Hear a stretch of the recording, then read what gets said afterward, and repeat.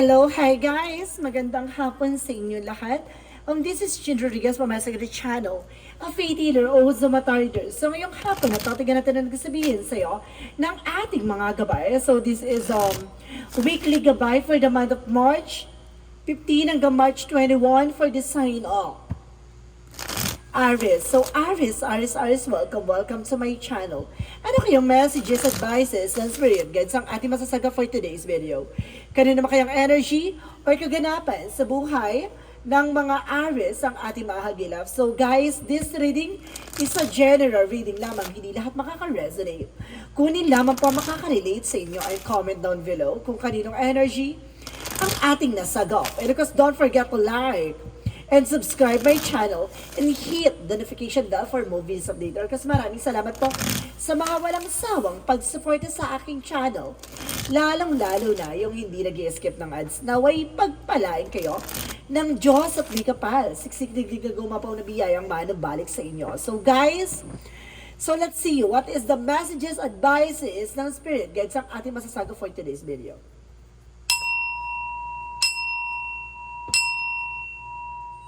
So, angels' messages, give an information for the sign of Aries. So, there is the Four of Cups. No? Reevaluate or analyze. So, may mga bagay dito na kailangan mong pag-isipan. No? Before you take an action. So, there's a Ten of Swords. There's some information with backstabbing, betrayal. So, maaring kumbaga, itong offer na to, it's not for good, no? Mag-ingat ka kasi baka may plano to. And because there's a Nine of Wands for slow and steady, no? Nine of Wands na sinasabi na kailangan mong magtiyaga or kailangan mong maging kalmado. And the Ace of Cups is a new love life, offer, or new romance, no? So let's see additional messages for Angel Spirit, guys. And because there is the King of Pentacles by security. So, ibig sabihin maging secure ka pagdating sa finances, no? Huwag ka masyadong panigastos ng kung ano-anong bagay. With that Six of Wands. So, there's a victory. So, magiging matagumpay ka dito, no? Sa larangan na pinangahawakan mo, even sa finances career. May mga bagay siguro na kailangan maging secure ka sa pinaghirapan mo. Or about sa negosyo, trabaho, no, kailangan maging secure ka. With the Chariot card, so there's an action. Bago ka mag-take ng action, i-evaluate mo muna at i-analyze mo. Na pag-iisipan mo na maraming beses. The Ten of Swords, and of course, there's the Five of Cups. So there's a regret, no? Kumbaga yung nag-backstab sa'yo, it's either, kumbaga, nagsisisi, no? Or either, nagagalit kasi there's a guilt. Ako nasa sense. Para there's a guilt, no? Kumbaga yung nag-backstab is may galit, no? And because there is a Two of Wands by the choices. So, ibig sabihin dito, kumbaga, meron kang choice no? There's an option. So, ibig sabihin, kailangan mo lang talagang pag-isipan, maging mahinahon sa mga magiging decision mo. With the Queen of Pentacles, being practicality. So, this is the moment na maging practical kapag dating sa finances. No? And because there is a Nine of Cups by a wish fulfillment. So, may mga bagay na unti-unti na matutupad. Pagdating sa finances mo, no? Kumbaga, magiging masagana ka na this time. And because there's a Page of Swords with the get more information, may mga bagay na kailangan mo lang alamin, tuklasin, unawain, no? So, let's see what is the Four of Cups and the Chariot card. Kumbaga ngayon parang sinasabi dito guys na parang bago ka maggagasto sa mga bagay-bagay, kailangan mo muna pag-iisipan. And because there's a Page of Cups, makinig ka sa intuitions mo. Makinig ka sa gut feeling mo na tingnan mo yung possibilities, yung magiging possibilities ng magiging outcome ng gagawin mo. The Ten of Swords and the Five of Cups represent the Empress card, a revert, no? Ano kasi sinasabi dito, may babae dito na may lihim na inggit sa'yo or galit. At the same time, there's something regret, no? Parang may panghihinayang din, no? And because there is an information, maaring magkakaroon ka ng bago simula. There's a new beginning. And because there's a Knight of Wands, the Two of Wands, there's a Three of Wands. So there's a waiting for a soul, waiting for a ship, no? There's a travel, guys. No? May mga bagay or option ka dito na kumbaga, kung gusto mong umalis, mga ibang bansa, kailangan mong hintayin yung result or something, magantay ka ng tamang timing. And there's an option, no? May pipiliin ka dito, may mamimili ka kung saan bansa gusto mo. Kasi maraming option. So let's see what is the Ace of Wands and of course the Queen of Pentacles. So there's a The Knight of Wands, resilience. So, kailangan mo maging mahinahon, no? Maging tahimik lang sa magiging decision mo or plano mo sa buhay. Pagdating sa love life, no? Hindi mo kailangan, pangalanda ka sa kanila kasi there's an eventually may mga inggit or lihim na inggit sa'yo na kailangan low-key ka muna. Mas maganda yung may privacy ka pagdating sa love life. At the same time, there's the King of Pentacles and of course the Nine of Cups represent the full card. A new beginning is coming your way. So magkakaroon talaga ng bagong simula dito. So let's see, what is the Six of Wands and the Page of Swords? The Six of Wands is the Page of Swords represent the Sun card. Wow, bibigyan ka ng kaliwanagan at magtatagumpay ka dito. Kasi para matatauhan ka eh. At matutuklasan mo yung mga bagay na dapat mong gawin. No? And of course, sinasabi dito, there's a Page of Swords na, kumbaga, impormasyon na bibigyan ka ng katalinuhan at malinaw na kaisipan. Or even idea. No? Magkakaroon ka ng idea dito, guys. So, let's see additional messages for the outcome. For the outcome for you is the justice. So, there's a karma. No? May justisya. And there's an Eight of Pentacles, so there is some focus, diba? And the Seven of Pentacles, sorry, harvest time, no? Kumbaga may harvest time with the Four of Pentacles na protect your power, protect your energy, budgeting, no? Kumbaga meron na dito, kumbaga natuto ka na eh. Kumbaga magiging balance ka na pagdating sa finances. Kumbaga mag-harvest ka na. Kumbaga this is the moment na parang, ito na yung pay off, na parang pag-iisipan mo muna bago ka gumastos. Ngayon kumbaga natatauhan ka na, nililiwalagan ka na pagdating sa finances. No? So let's see, additional messages for career.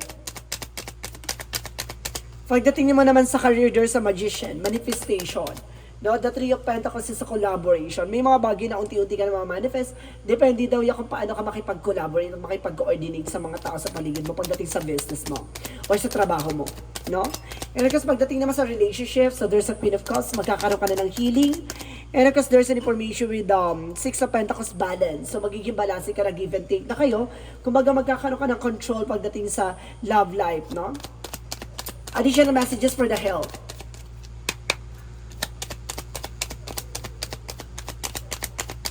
For the health, so there's a Five of Wands. So, ibig sabihin, nagkakaroon ng complication. Mag-ingat ka lang ha, kasi may yung mga, see, there's an Eight of Wands. So, there's a messages or email or there's a lot of travel. Kumbaga, sinasabi dito, kumbaga, may nagbibigay ng complication sa'yo. No? It means, kumbaga, may kinakain ka kung saan-saan, kung ano-ano kinakain mo. Kumbaga, mag-ingat ka lang sa mga, ginagawa mo pagdating sa health mo na may mali ka ditong nagiging sistema. So, kailangan mong baguhin. So, let's see what is the magical fairy messages.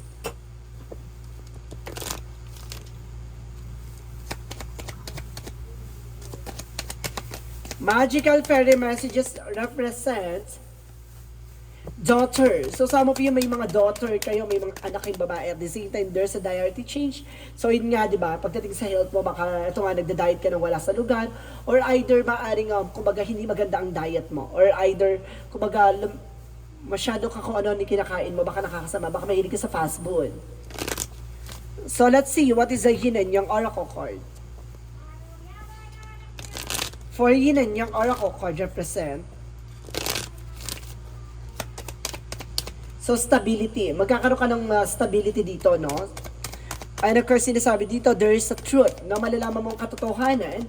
Kumbaga, dadaloy na yung eksena dito. At the same time, there is a doubt. Alisin mo yung ito nga yung pagdadalawang isip or kumbaga, pag-aalinlangan, gano'n. And there's an information with the fast luck and suffering. So, see, tapos na yung pag-suffer mo pagdating sa finances. Tinatapos na ng ating angel spirit. So, big sabihin dito, may mga bagay na, kumbaga, natutunan ka na. So, this is a moment of good news, no? Kumbaga, natuto ka na. So, let's see what is the chakra messages. For the chakra, so there's a destiny, no? Talaga may nakalaan talaga dito. May destiny to happen. And there's a recovery. So may kumbaga makaka-recover ka na unti-unti. So let's see what is additional messages for Archangel Michael. See, kanina sinasabi ko na parang tapos na yung suffer. So there's a recovery. So there's a destiny. Talagang parang inilaan para matuto ka muna. No? And there is an admit the truth to yourself and act accordingly. Ito yung sinasabi, no? Iwasan mong magpanggap, lalo na kung wala ka naman talaga, no? Iwasan mong mangutang kung wala naman talaga. Kumbaga, wag mong unahan ng pangungutang bago mo makuha isang bagay na yun. Kumbaga, kailangan mo pagtiyagaan, no? And of course, make a commitment. So, kayun nga, no? Kumbaga, mag-ano ka ng commit na pag yung gusto mong or plan mo sa buhay, or gusto mong bilhin, gusto mong kunin, or gusto mong makuha yon, pag-ipunan mo. And there is a prayer will help you from your situation, no? Kumbaga, magdasal ka lang daw, makakatulong yun sa sitwasyon mo. So, let's see what is Monsology. For Monsology, so there is a conclusion within reach, no? Tama yung hinala mo. And it's time to release negativity, no? Kumbaga, itong oras na to para makaalis ka sa mga negatibo. Kailangan mo nang pakawalan yung mga negative energy na sa gano'n magkaroon ng mga positive outcome. And of course, there is a win-win outcome forecast. So, ipapanalo mo na to. So, this time, kumbaga, tapos na. At tinatapos na. So, let's see what is additional messages. So, there is a time to decide. So, kailangan mo mag-decision ngayon. And of course, since the animal, so some of you animal lover, and there's a body, work for massage, no? Exercise, stretching. So, makakatulong yan daw sa for energy healing, no? For physical therapy. So, let's see, what is an angel's answer? So, sinasabi dito, there's a success. So, see, magsasuccess ka na talaga this time. Magtatagumpay ka na. And there is a meditation and bring the answer. So, kailangan mo magdasal. Lumapit sa Panginoon at magmuni-muni. And there's a forgiveness. No? Kumbaga, patawarin mo yung mga bagay na nakaraan na or nagbigay sa'yo ng sakit at pighati. Kumbaga, baka yun yung magsilbing blockage sa'yo. Kaya kailangan mo pakawalan ng ngit at galit sa puso mo. Additional messages. So, there is a karmic relationship. So, some of you, pakawalan mo na pagdating sa relasyon na nagbibigay complication. No? And there's a loosen your grip. So, there's a let God in. Hayaan mo ang Panginoon na magbigay sa'yo. No? So, there's a destiny, no, to happen. And there's a consultant nutritionist. So, see, hindi na maganda yung pagda-diet mo. No? Or hindi na maganda yung mga kinakain mo. No, there's a consult with a nutritionist. Nakakasama sa kalusugan mo. And there's an inner authority. So, ibig sabihin dito, take back to your control. No? Kumbaga, so ibig sabihin dito, para ibalik mo na sa sarili, ibalik mo na yung control mo sa sarili mo, yung mga pangarap mo, intuitions mo, yung mga bagay na gusto mo makuha, kailangan mong gawin na or umpisahan na. Now, there's a supporting by angel spirit. And because there is an empathy, so ibig sabihin nito, kumbaga, i-open mo yung both side of situation. Tignan mo lagi yung pinaka-lighter side of situation. Huwag ka tumitingin sa mga negative. And there is a discipline, na kailangan mo na disiplina. So, let's see, what is the energy? Let's see what is the energy. So, there's a sixth chakra Archangel Metatron. So, there's a lot of surprises. No? And there is a third chakra Archangel Chamuel about sa health. No? Sa health issues mo. So, ibig sabihin dito, meron ka ditong about sa sikmura mo. Malamang, and of course, heartburn. Mag-ingat. So, let's see. What is additional messages? So, there is an information with mother healing. So, magkakaroon ka na ng healing dito. And communication. So, there's an happiness. So, magkakaroon ka dito ng kaligayahan na nag-uumapaw. And of course, perseverance, empowerment. Kapag kailangan ng pagtsatsaga, no, sa mga bagay talagang gusto mong makuha. So, let's see, what is the Romance Angels? Romance Angels represent, express your love. No, ipakita mo yung totoong pagmamahal mo. Or ipakita mo yung pagmamahal na meron ka. And of course, there's a wedding. So, maaari mag-ikasal ka na. And there's a keep getting to know each other. No? Kailangan nyo muna kilalanin isa't isa. No? So, let's see. What is the Jesus loving quote said?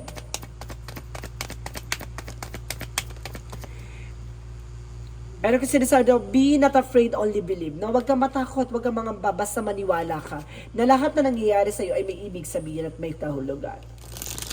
At may mga signs ang ating angel spirit na you need to take an action. Umiwas ka sa mga bawal, ha? And there is a persistence, no? See? Kumbaga, pagtsatsaga, no? At kagalingan sa kung ano man yung ginagawa. And there's an attraction. So, maaring attracted ka sa mga tao or maaring meron kang kinagugustuhan or meron kang nagugustuhan tao or may kumbaga kinagugusto ka ng maraming tao, parang gano'n. Meron ka sa angels messages for the voice of the heart. So sinasabi dito, I silence the fear that in me and discover the voice of my heart. The fruits of the words guides me. I trust the songs of my soul. My intuition leads me to the path of the light. So see, nilalagay ka sa magandang landasin, no? Ito naturo sa iyo yung mga magagandang opportunity na papasok sa buhay mo. Kumbaga makinig ka sa inner voice mo. So let's see what is the angel's number.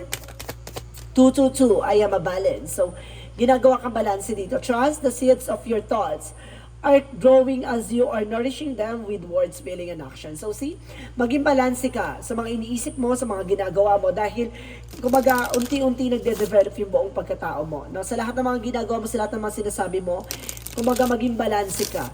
No? So, let's see what is the angel's number messages. So, there's a 1616,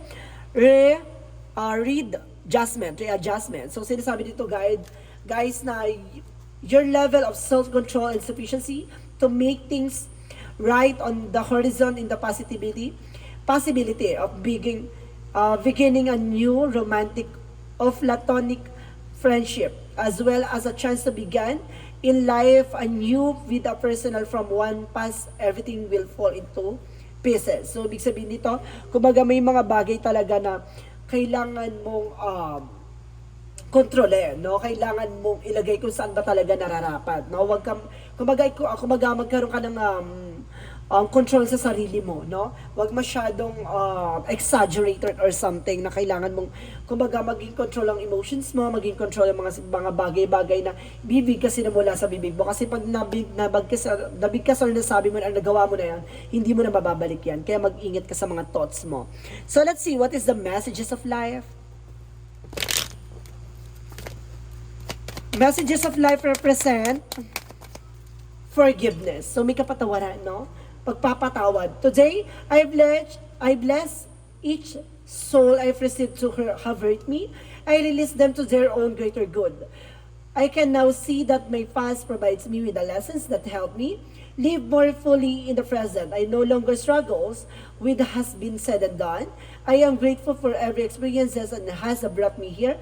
I feel myself with a love that is pure and free. So see, kumbaga palayain mo yung kaisipan at sarili mo sa mga negatibo, lalo-lalo na sa galit sa puso mo. No? Mas maganda yung magkaroon ka ng kapayapaan, no? At magkaroon ka ng kaligayahan sa kung ano man na meron ka. Pakawalan mo yung nagbibigay blockages or negatibo sa buhay mo. Tandaan mo, kumbaga yan ang baka magsilbing harang sa tagumpay mo. So guys, this reading is a weekly gabay for the month on March 15 hanggang March 21 for the sign of Aries. So Aries, maraming salamat for this wonderful reading. So once again, this reading is a general reading lamang.